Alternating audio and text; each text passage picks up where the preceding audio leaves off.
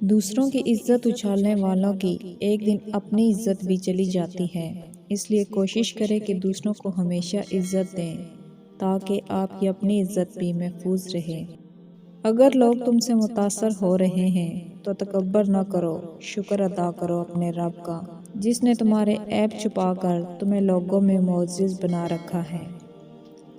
لفظ انسان کے غلام ہوتے ہیں مگر صرف بولنے سے پہلے تک، بولنے کے بعد انسان اپنے لفظوں کا غلام بن جاتا ہے۔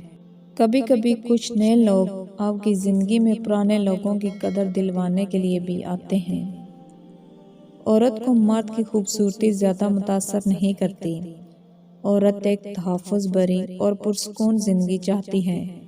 وہ دل سے ایسے مرد کی ہو جاتی ہے جو اسے ذہنی سکون اور تحفظ فراہم کرتا ہے۔